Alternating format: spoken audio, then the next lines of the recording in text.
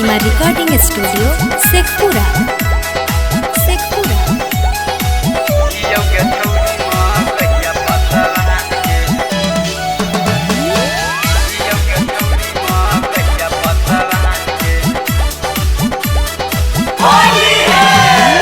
होलिया में रंग देना अपन सामान गे, होलिया में रंग देना, होलिया में रंग देना अपन सामान गे, होलिया में रंग देना अपन सामान गे। हियो हम छौरी सुने खाटी पसावान गे, हियो हम सुने छौरी खाटी हिरान गे।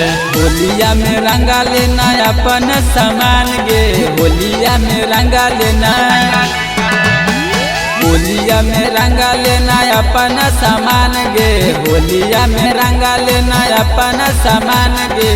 हियो हम छौरी सुने खाती पसावान गे, यूपी बिहार में चलो हमारे ही नाम गे।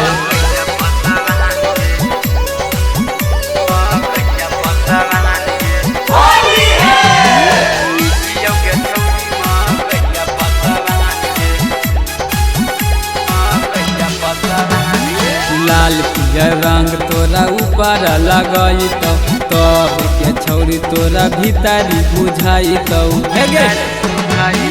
लाल पियर रंग तोरा ऊपर लगाई तब के छौरी तोरा भीतरी बुझाई।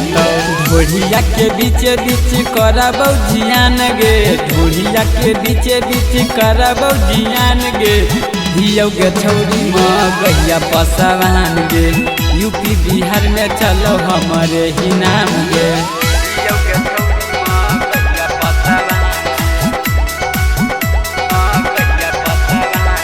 मिक्स बाय शैलेंद्र बाबू।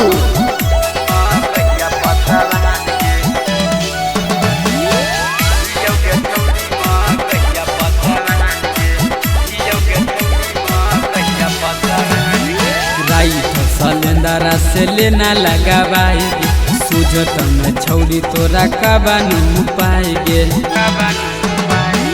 विकस प्रेमी से लेना लगावाई, सुझत न छौरी तोरा कबानू पाई गेल। 16 के उमरिया में होगे निसियान गे, 16 के उमरिया में होगे निसियान गे।